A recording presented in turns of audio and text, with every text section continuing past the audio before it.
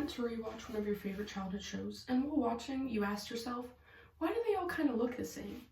That would be because of the lack of diversity lots of cartoons have. I'm Kondratyuk, and today I'll be telling you all about the diversity of cartoons.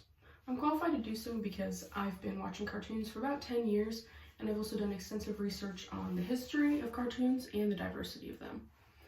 To start, film was created around the 1900s, and animation soon followed after, with Disney releasing a short film in theaters in 1928. During this time, during Disney's big boom in animation, that allowed for other animation studios and cartoons and animation to just be more normalized in general. It wasn't during the 50s and 60s where you could really start to see the pattern of just lots of shows being produced, but all sort of them being the same.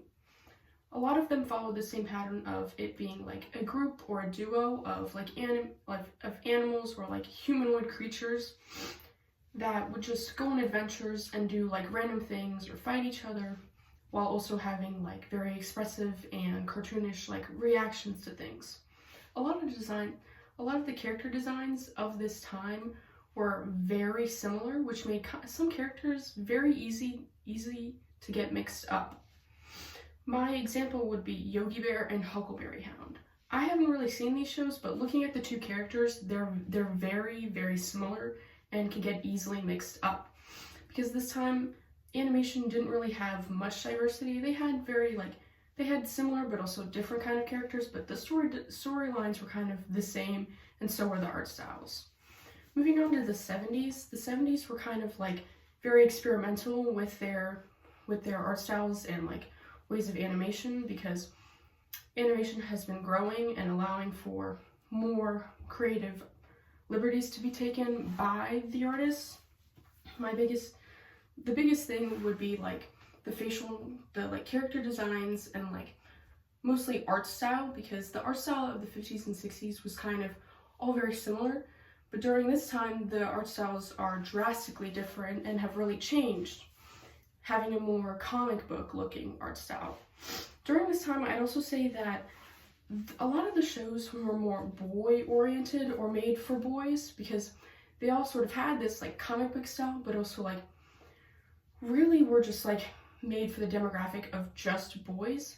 But also during this time was the civil rights movement, which allowed for more diversity to actually be added into these shows, because before it was kind of just one way, and then now it's kind of just boys and white people. But it also just, the civil rights movement changed things, changed the whole playground for cartoons, because during the 80s this was a huge boom in all sorts of shows. There were shows for girls, for boys, for people who liked fairies, for people who liked Dungeons and Dragons.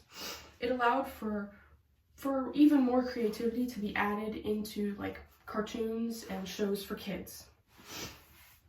Following the 80s was the 90s, and during this time there were a lot of more daring art styles and animation tricks being added, because the technology kept growing and allowing for more things to be done.